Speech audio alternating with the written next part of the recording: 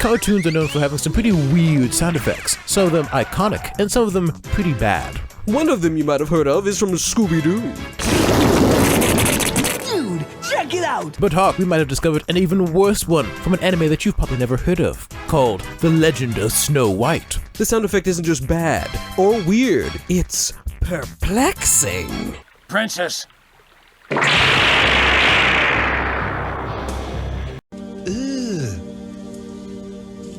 Brother, If you want to learn more about this strange anime, check out our full video on our channel now.